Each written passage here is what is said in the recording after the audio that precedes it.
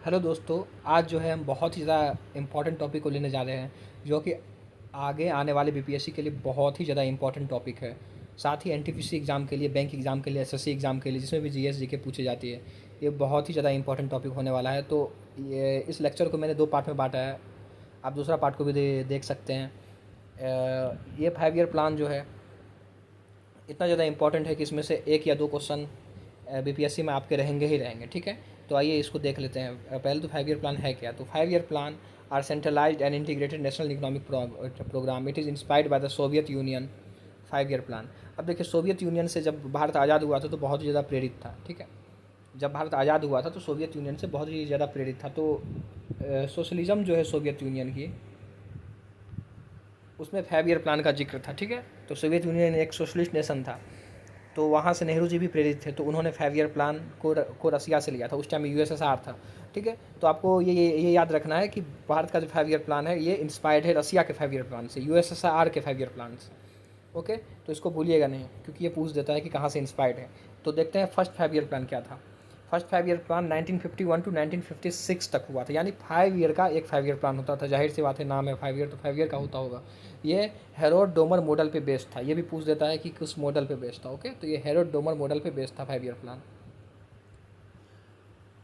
देखिए, इसे मैं थोड़ा सा डार्क कर देता हूँ। हेरोड डोमर मॉडल पे बेस्ड था ये 5 ईयर प्लान। ओके, तो the motto of first 5 year plan was development of agriculture and the aim was to solve the different problem that formed due to partition of nation and second world war।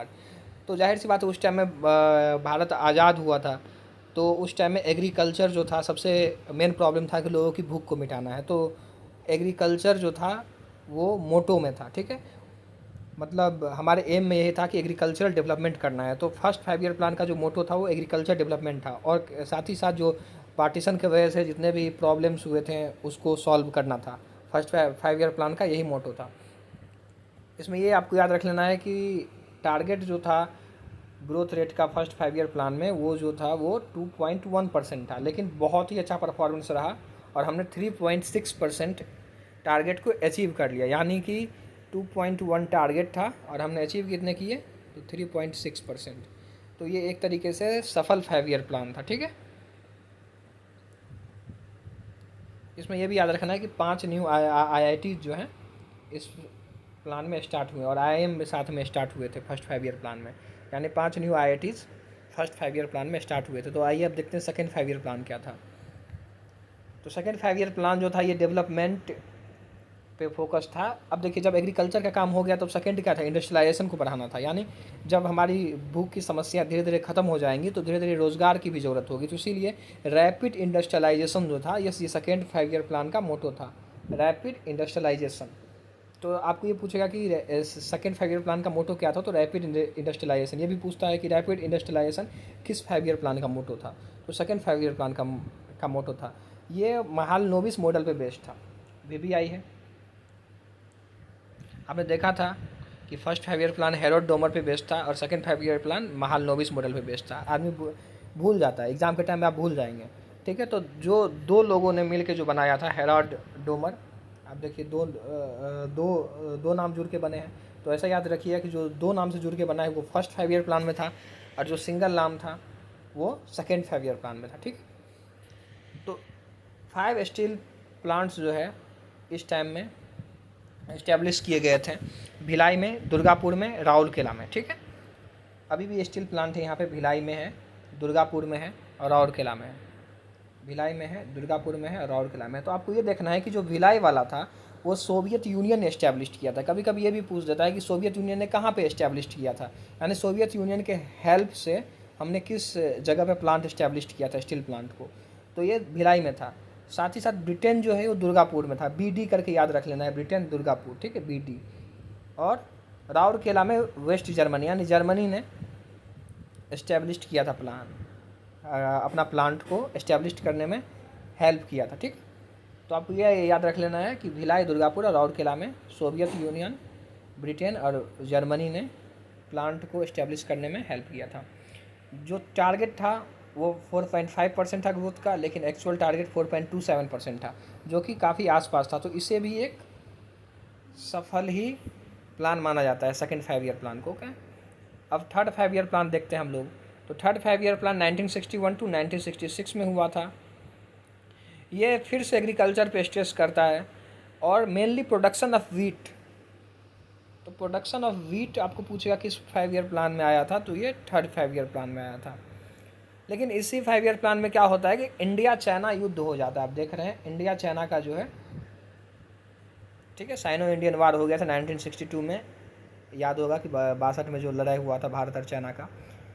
तो हमने क्या किया, अपना गोल को shift कर दिया। अब देखिए जब वार होगा तो हमें ज़्यादा डिफेंस इक्विपमेंट की ज़रूरत पड़ेगी, ठीक है, ज़्यादा आर्म्स एम्यूनिटीज़ की ज़रूरत पड़ेगी। तो इसलिए हमने अपना टारगेट को थोड़े समय के लिए शिफ्ट करके इंडियन आर्मी की तरफ दे दिया था, ठीक है। ये देखिए यहाँ पे डिफेंस इंडस्ट्री है, सॉरी डिफरेंट इंडस्ट्री लिखा चुका है, ये डिफेंस इंडस्ट्री है। तो हमने डिफेंस इंडस्ट्री और इंडियन आर्मी की तरफ अपना जो है गोल को शिफ्ट कर लिया था, क्योंकि वार बहुत हो रहे थे। 1965 में जो है पाकिस्तान के साथ भी इंडिया वार को लड़ा था। अब बहुत वार होने के कारण क्या हो गया था ना कि भारत की जो अर्थव्यवस्था थी बहुत ही ख़राब हालत में चली गई थी, ठीक। तो हमने पहला बार जो था वैल्यू ऑफ रुपी जो है ना, हमने पहला बार यहाँ पे वैल्यू ऑफ रुपी है, ठीक, उसको हमने डिवैल्यूएट किया था, ठीक है। रुपी के वैल्यू को पहला बार हमने डिवैल्यूएट किया था 1966 में, यानी थर्ड ईयर प्लान में हमने पहला बार रुपी के वैल्यू को डिवैल्यूएट किया आज़ादी के बाद।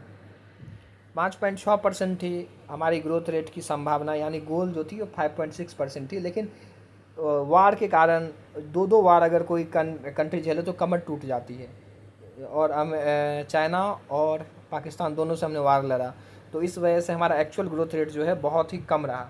टारगेट था 5.6 का और 2.5% से भी कम हमारा एक्चुअल ग्रोथ रेट हुआ था, ठीक है। तो एक तरीके से फेल्ड प्लान माना जाता है। ये जॉन सैंडी और सुखमय चक्रवर्ती के मॉडल पे बेस्ड था। ये नहीं इंपॉर्टेंट है, नहीं पूछता है। जो फर्स्ट 2 प्लान है वो जो है वो किसके विचारधारा पे बेस्ड था, किन्होंने बनाया था, ये आपको इम्पोर्टेंट है याद करना। ये नहीं इंपॉर्टेंट है कि थर्ड प्लान किन के मॉडल पे बेस्ड था, लेकिन फिर भी आप देख लीजिए जॉन सैंडी और सुखमय चक्रवर्ती, ठीक। अब देखते हैं फोर्थ 5 ईयर प्लान के बारे में। तो फोर्थ 5 ईयर प्लान आपको 1969 टू 1974 में हुआ था। लेकिन आपको एक चीज़ और याद रखना है, कभी कभी पूछ देता है कि प्लान हॉलीडे कब से कब तक था। तो 1966 टू 1969 था, ठीक है, प्लान हॉलीडे। ये जो है प्लान हॉलीडे है। अब ऐसा क्यों था प्लान हॉलीडे, क्योंकि भारतीय अर्थव्यवस्था इतनी ख़राब हो गई थी कि थोड़ा समय चाहिए था, टाइम चाहिए था सोचने के लिए अगला 5 ईयर प्लान बनाए। तो क्योंकि जब 5 ईयर प्लान बनाते तो उस प्रकार के आपको फंड लगते हैं, ह्यूमन रिसोर्सेज लगते हैं। उसके लिए भारत तैयार नहीं था 3 सालों तक। वार से भारत की अर्थव्यवस्था पूरी तरीके से ख़त्म हो चुकी थी। इसीलिए थर्ड 5 ईयर प्लान के बाद एक प्लान हॉलीडे हुआ था। तो आपको पूछता है किस प्लान के बाद प्लान हॉलीडे हुआ था, तो थर्ड 5 ईयर प्लान के बाद प्लान हॉलीडे हुआ था, जो कि 1966 टू 1969 में हुआ था, ठीक है। तो अब चौथा 5 ईयर प्लान हम लोग देख लेते हैं। ये 1969 टू 1974 हुआ था। इसमें जो था, जो पुराने जो गलती हो रहा था, जैसे वेल्थ का कंसंट्रेशन था या इकोनॉमिक पावर जो था उसके जो उसमें मोनोपोली हो गया था, तो इसको ख़त्म करना एक तरीके से था, जिससे कि डिस्पर्स हो सके जो मनी है, जो रिसोर्सेज है, वो गरीबों तक डिस्पर्स हो सके, ठीक है। तो फोर्थ 5 ईयर प्लान का यही मेन ऑब्जेक्टिव था। ये गार्डजिल फार्मूला पे बेस्ड था, ये इंपॉर्टेंट है। फोर्थ 5 ईयर प्लान जो था ये गार्डजिल फार्मूला पे बेस्ड था, ठीक है। इकोनॉमिस्ट थे बहुत बड़े Gadgil. Focusing on growth with stability and progress toward self reliance. तो अब वार के कारण भारत ये समझ गया था कि सेल्फ रिलायंस हमें होना ही पड़ेगा, ठीक है। तो fourth 5 year plan self reliance पे बेस्ड था। हाँ, ये बहुत इंपॉर्टेंट है कि बैंक नेशनलाइज जो है 14th बैंक नेशनलाइज हुए थे, ठीक है। तो 14th बैंक नेशनलाइज जो हुए थे ये फोर्थ 5 ईयर प्लान में ही हुए थे आपके, और इस पर ग्रीन रिवॉल्यूशन भी आया था, ठीक है। इसके बाद जो है फिफ्थ 5 ईयर प्लान होता है, जो कि 1974 टू 1978 होता है। ये employment growth elevation and justice पे आपको जोर देता है, ठीक है। अब देखिए गरीबी हटाओ स्लोगन फिफ्थ 5 ईयर प्लान में ही आया था।